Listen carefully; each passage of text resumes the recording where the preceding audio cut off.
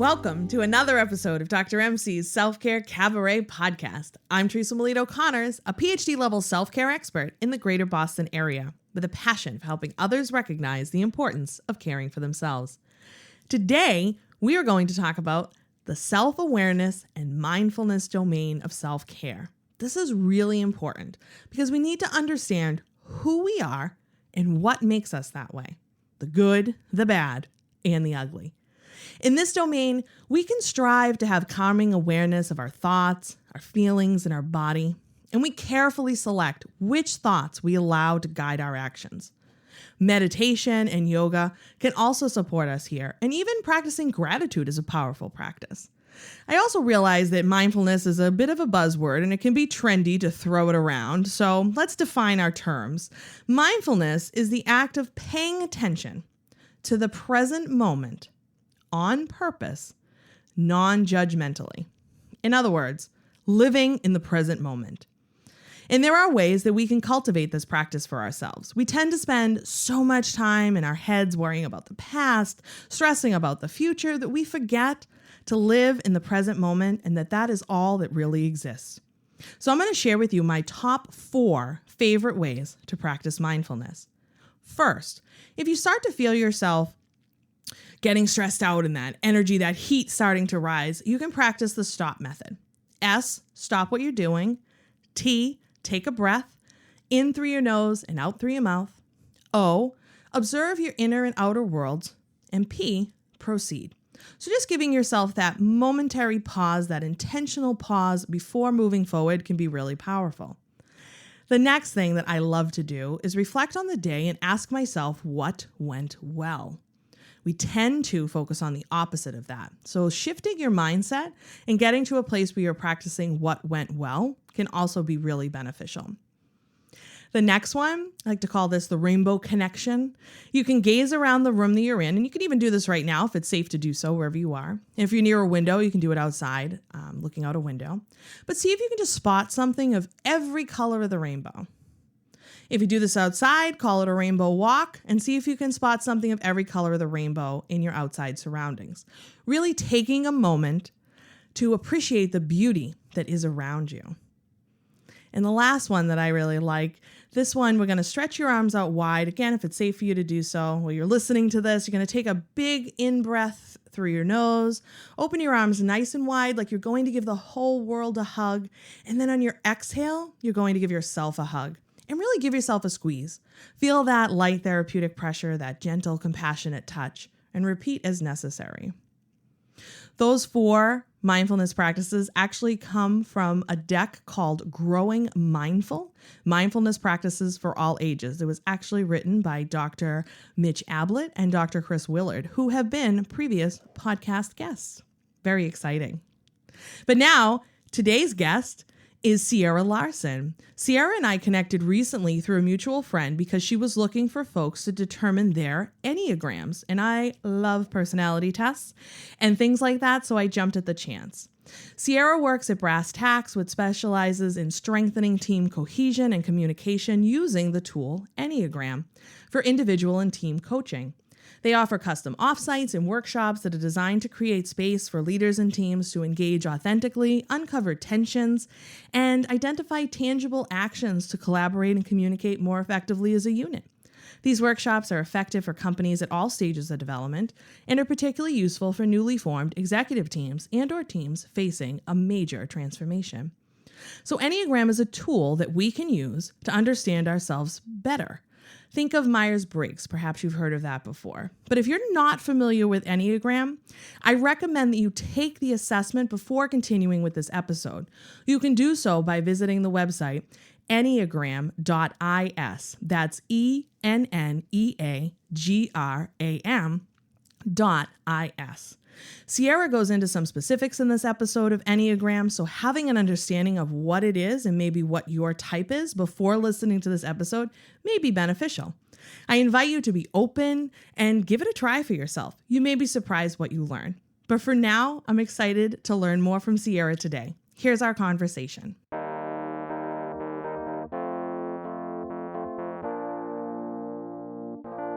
So thank you so much, Sierra, for joining us today on the Dr. MC podcast.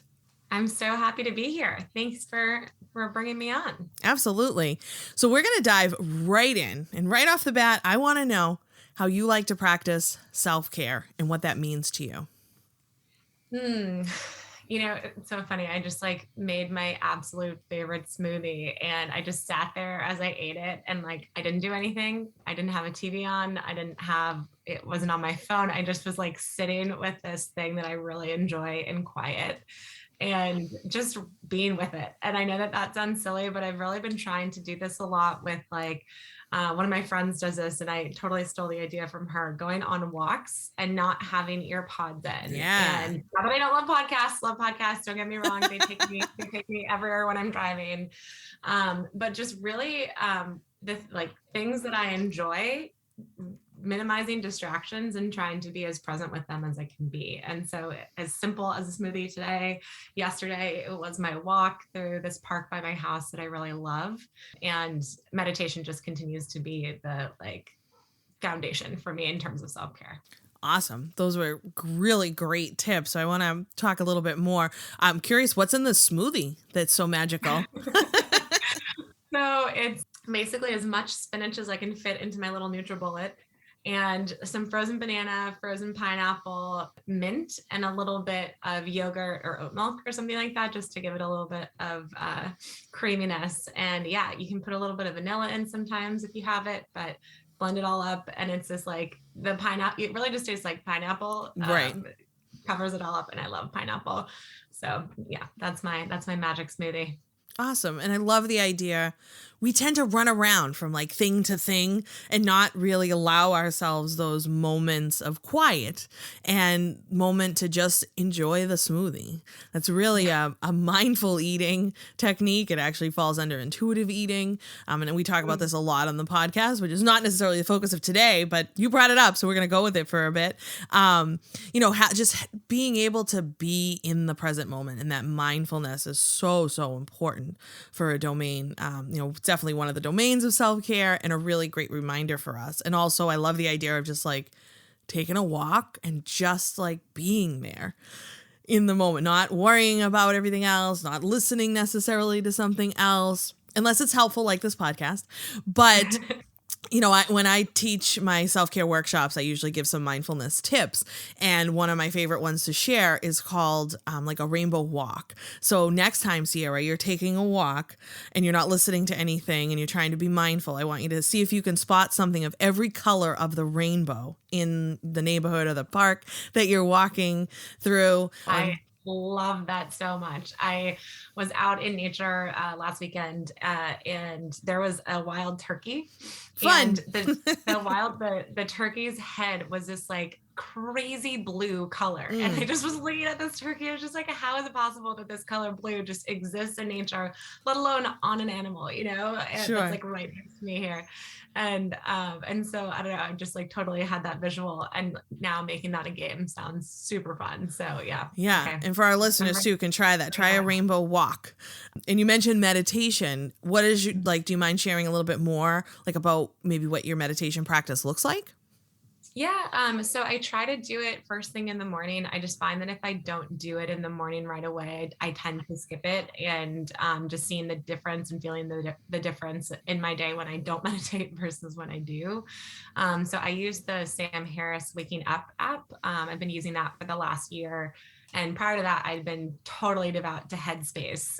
Nice. But just felt like I needed to change it up. And Sam Harris has been, it's a totally different style of meditation, very much about like the observer. And I found it to be really powerful. Nice. I'm familiar with Headspace. I'm not familiar with the other one. I'll have to check that out. And do you do it for any particular length of time, or does it vary from day to day, or? So Sam Harris, he has like a daily waking up, and it's 10 minutes. Nice. Mm-hmm. So that's a myth around meditation, right? People feel like it has to be like this 45 minutes or like an hour on end, like those short, even less than 10 minutes if that's all you have. And if I remember correctly, doesn't Headspace build you up? Don't you start really small? Like I think Headspace starts at like 1 or 2 minutes, and then build yourself up, and that you'll still find benefits even in short bursts. That's awesome. Thank you for that. We'll make sure those resources are linked in the episode notes for folks. Mm-hmm. Great. So can you tell me a little bit about Brass Tacks and the work that you do there? I sure can. So, Brass Tacks Coaching and Development is my company, and I've been, I guess, officially doing it for the last year, but informally doing it for the last like 10 years in different ways, I feel like. And so my big focus, I do individual coaching and development and also do team development. My background's in HR, and I was an HR business partner for a number of years, working with executives on how they build out their organizations, really how they make the most out of their teams. And what I fell in love with is just how can we get people to really communicate with each other and really, build their own self-awareness as they build the awareness of their teammates and team members. And so really most of my work is focused in just that, building self-awareness and helping us create tools to create a shared language with each other, particularly in that team development work. That's awesome. I didn't realize it was a company you started. That's so exciting. Wow, good for you. So you're the CEO or the boss lady? What's your fancy title? I'm everything. I'm CEO. I am also admin, and I know how that goes. everything in between. But I just consider myself like founder and coach is what I call myself. That's awesome. Mm-hmm. And now we're going to shift over a little bit to Enneagrams. Did I say that right? Enneagram. Enneagram. Yes. So I want you to talk more about this, because this is how we first connected. And I think I was type 3 with maybe, I don't know, 2 and 8, not far behind. You sent me, when I got my results, I think there were kind of the 3 numbers, 3, 2, and 8.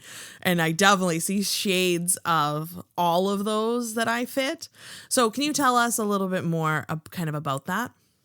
Definitely. So the Enneagram is a personality typing system, and there's so many different systems out there. There's Myers-Briggs, there's Insights, Colors, there's all kinds of different tools. And, all of them look at self in slightly different ways. A lot of them are really additive when you look at them together. But in my opinion, what sets the Enneagram apart is that it really looks at our individual motivations. And when you dig into Enneagram, there's 9 different types, and that means 9 different core motivations in life. And so you tested as a type 3, which is the achiever. And so, for instance, the type 3, their big motivation in life is to be successful and to be seen as a success. And you also had, you were high on 2 and 8, as you mentioned. And, what I also really love about Enneagram is it takes into consideration that no one is just this like perfect box of one thing.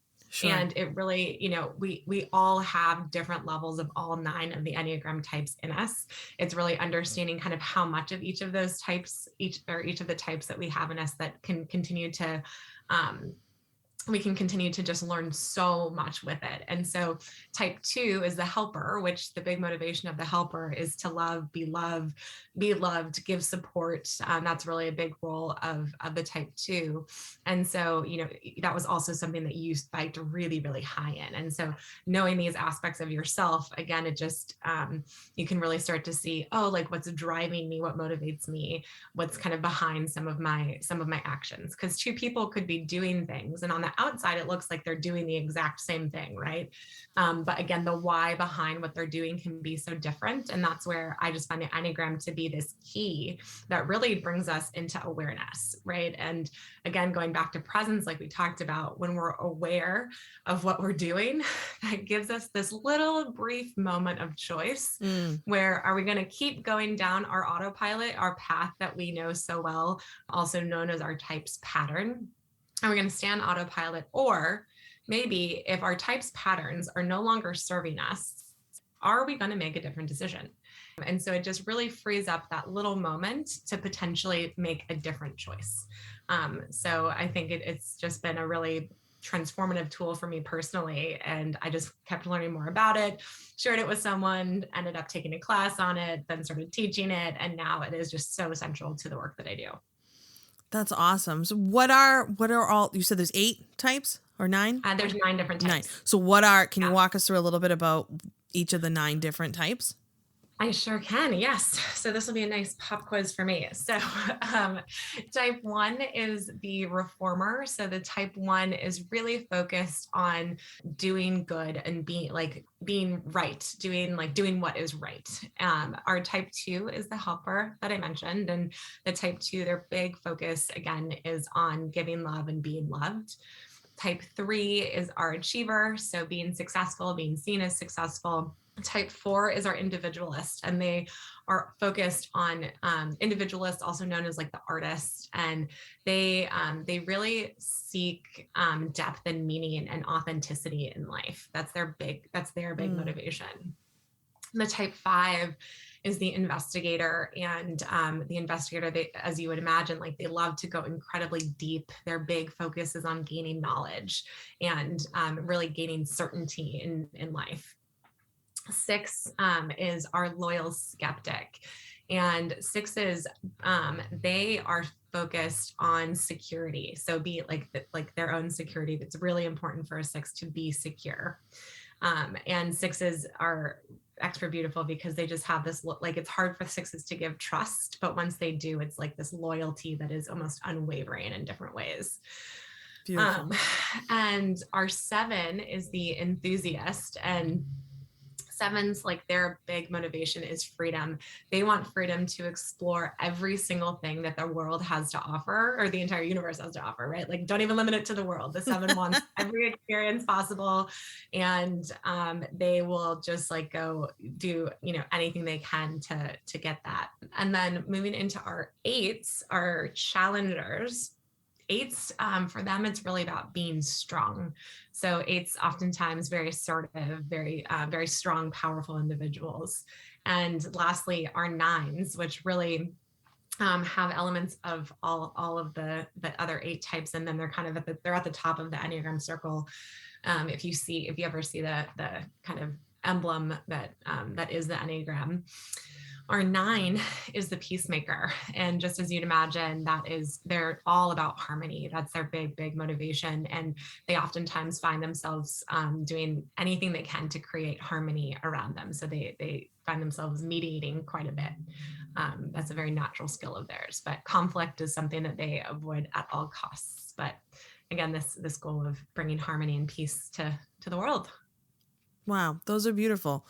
Do you find, like, as you were just describing those, I actually, I know that was just a tiny snippet of each one, but do you find that people can shift, like, where they're at? Because I feel like in different times of my life, when you were just describing those, I may have identified with different ones, or no, is it pretty static, like you are what you are? So in terms of your core type, there's tons of different research out there with the Enneagram. Like, it's been researched at Stanford in different ways, and all kinds of different universities have looked at it as well. But with the Enneagram, your core type is going to be the same your whole life. So, our personalities are generally formed. I'm not a trained psychologist by any means, but from what I understand, our personalities are pretty well formed by the time we're about 12, 13. Mm-hmm. And so at least the school of thought that I study around the Enneagram believes that our core type is the same our whole lives. That being said, we take on a lot of elements of other types from our parents, for instance, or our family, from school expectations, from work expectations, from partners, from friends. Like, we actually start to build up our type in different ways based on either a response to something around us or an influence from something around us. And so there's usually at least one or two other types beyond your core type that you really strongly identify with. And to your point, sometimes, like, I'm a two, which is the helper, and twos tend to be a bit more conflict avoidant, but there are many times that I need to, like, muster up my eight challenger within me and step into that. And it's not necessarily as easy and natural for me, at least it wasn't in the beginning. But I can, like, put on my eight hat and walk into a situation and just, like, really lean into those aspects, because I know that I need to do that Right. in order to move forward. Right. And so I find that really helpful to actually, like, another way to use it in the moment, right? Of like, oh, I need to put my six hat on here. I need to really be more skeptical about this situation. I really need to dig into the details and make sure I fully understand something, right? Like, that's, again, you can just kind of take these hats on and off.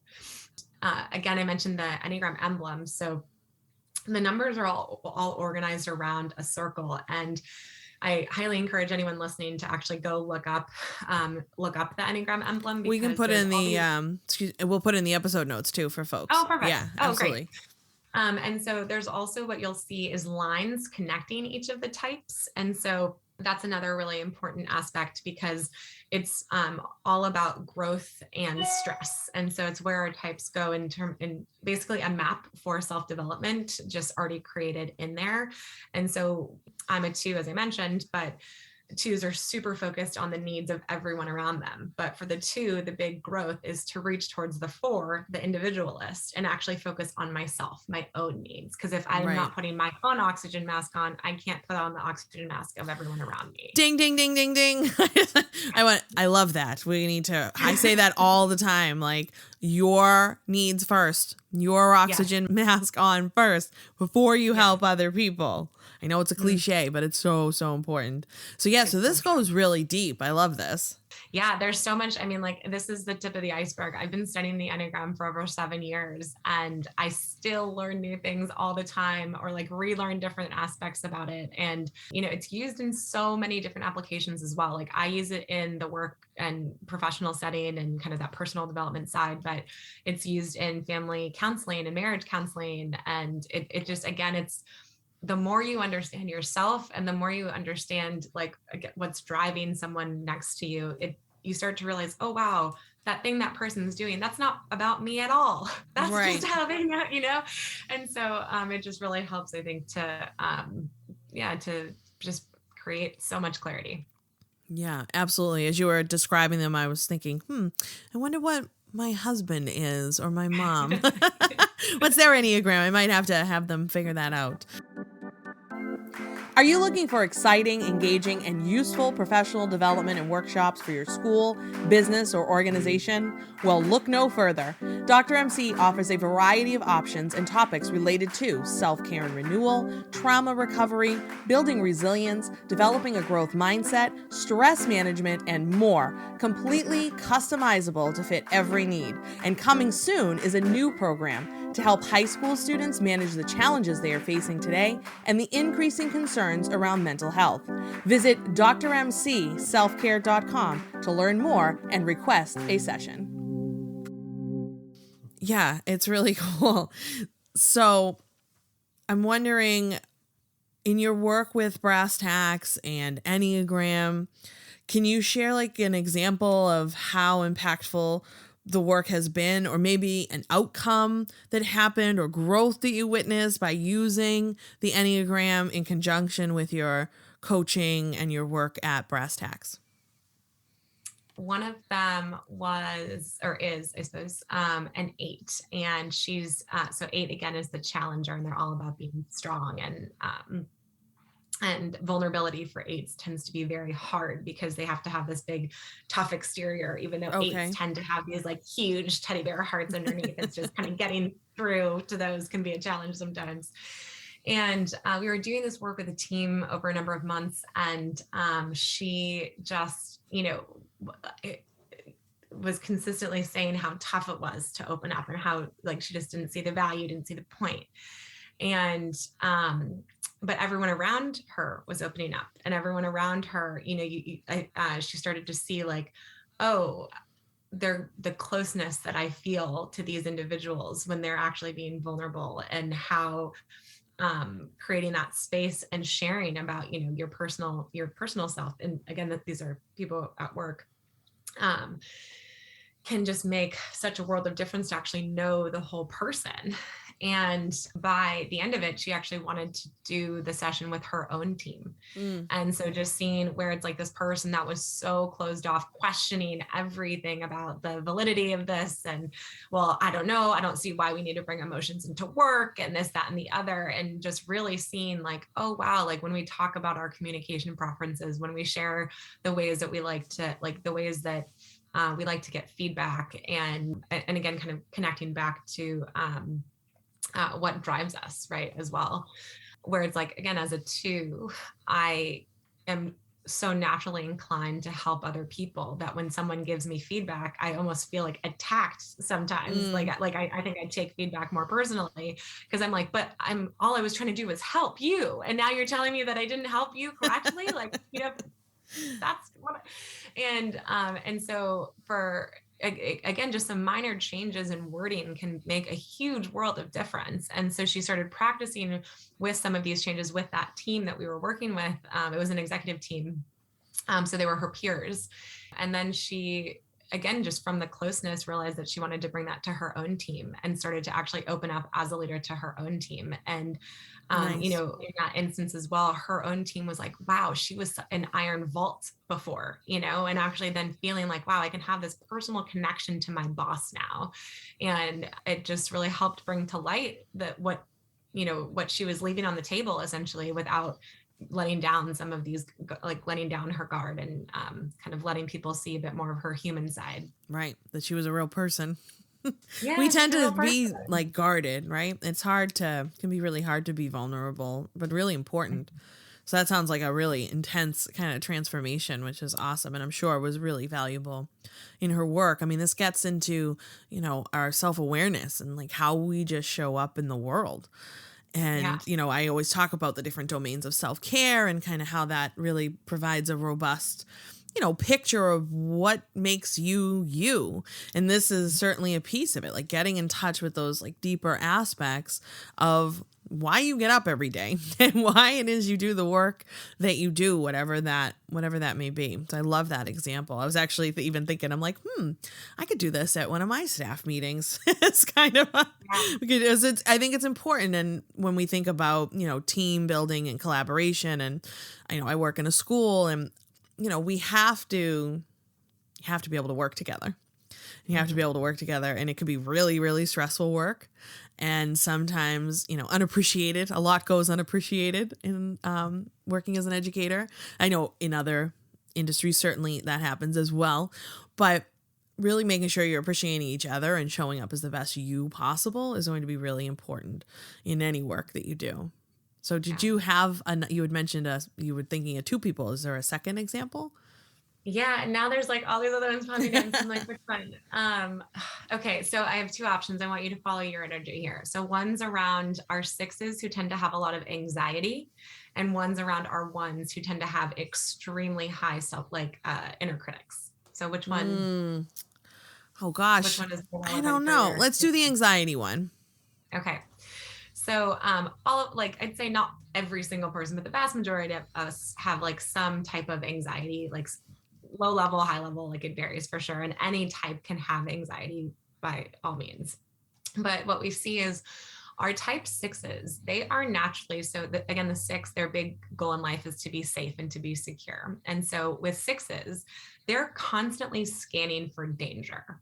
And so as you can imagine, when you're constantly looking for danger, constantly thinking about plan A, B, C, D, E, F, G of your disaster plans, basically for anything to go wrong, you're operating at a higher level of anxiety pretty naturally.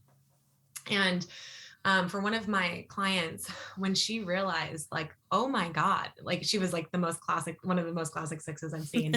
She was like, oh my God, I make sense to myself now.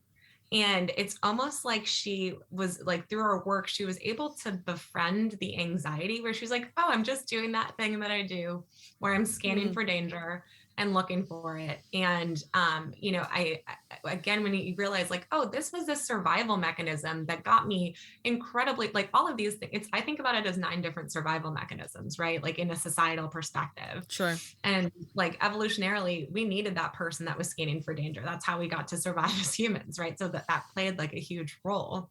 But again, our patterns, they get us so far, but then they're oftentimes like our biggest strength and then also our Achilles heel when they're overdone.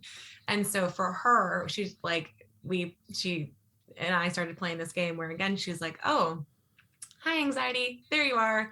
I see what I'm doing here. And she actually, again, and it's not always perfect, right? But like her anxiety levels are just so different now. Her relationship to her anxiety is just so different now as a result of realizing like, oh, I'm just doing that thing that I'm programmed to do. And I see myself spinning and I'm going into my loops and I'm going to just say hello and I'm going to like carry on with what I'm doing because I see like that I'm doing that thing over there. Does that make sense? Yeah. No, I love that. That's like talking back to that voice. And even that, like you mentioned, inner critic, like when we have those inner critic voice talking back to it. And even when I teach about developing a growth mindset, one of the steps for doing that is to kind of listen to your growth mindset voice. Do you tend to lean towards a fixed mindset or a growth mindset, and learning to talk back to it? That's a really important skill. So I love that. Like talking back to the anxiety, talk back to whatever it is that you are struggling with or feeling, and to regain control, but also understanding of where it's coming from. Yeah. And, I think a big thing too is like not fighting it. I feel like when we fight these things, it actually makes them so much bigger because then they're fighting right back. Right. And so it's like when you're like, oh, I'm doing that thing. Again, it's just being present, being with what is. And maybe it's not what you want necessarily. It's like, obviously we don't want to be spinning in our anxiety, but when we're just like, okay, yeah, I think just recognizing like, oh, anxiety is here. Okay. Yeah. Yeah. And talking back to it. I love that. We may come up with something as an episode title there, like talk back to yourself or talk back to the anxiety. I think it's important. And sometimes where, but you need that understanding. You need to understand what is actually going on in what you're doing. And it sounds like through this work, folks are able to get a better handle on what it is that they're either struggling with or just how they show up in the world, but then also how to have that awareness and understanding so they can be the best versions of themselves. Because I would imagine that, any of these types, if kind of unchecked, like they need to still be like within balance, right? And 100%. Yeah. So if we get to like, even, and then there's many of these, like you mentioned other personality types. It also makes me think about even Ayurveda, the practice of Ayurveda with the different doshas, and like when your doshas are out of balance. I mean, the balance is key to so many things, but even with this too, I'm seeing shades of that as well, and how this kind of plays out. So that's really cool. So how would someone, like if they wanted to know their Enneagram, like how can they do this? So there's so many different tests out there, but the one that I would recommend personally is through the Enneagram group. And so it's just Enneagram ENNEAGRAM.IS.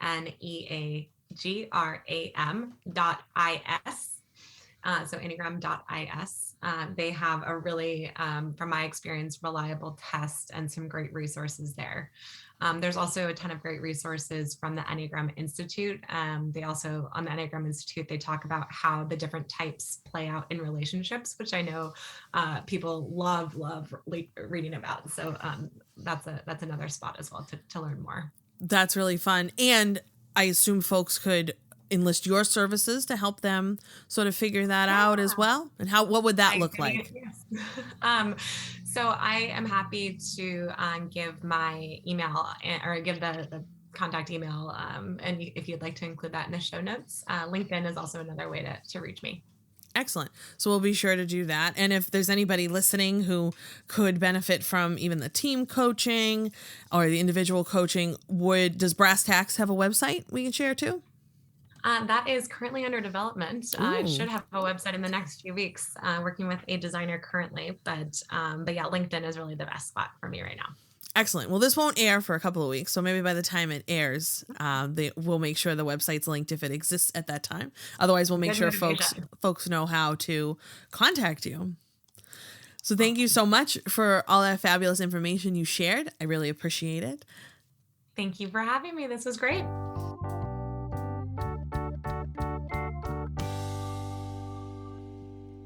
It was so much fun to chat with Sierra. I love her self-care routine and the tips that she shared. And the Enneagram is a really cool tool. I encourage you, if you haven't done so already, to check it out for yourself. I also agree with just so much of what she was saying. You really must put your oxygen mask on first. And I love the idea of talking back to your anxiety. Definitely a valuable takeaway and something for us all to try. Thanks for listening to this episode, and remember to subscribe and rate this podcast on your preferred player. The ratings really do help us grow and share the message of self-care. And if you have comments or suggestions or questions, please reach out directly by emailing podcast@drmcselfcare.com. That's drmcselfcare.com. And come join the cast party at Dr. MC Self-Care Cabaret on Facebook and Instagram at Dr. MC Self-Care, or on my website, drmcselfcare.com. Be sure to like, subscribe, and love me across all my social media platforms for the most up-to-date information on self-care. See you next time. Stay well and do good.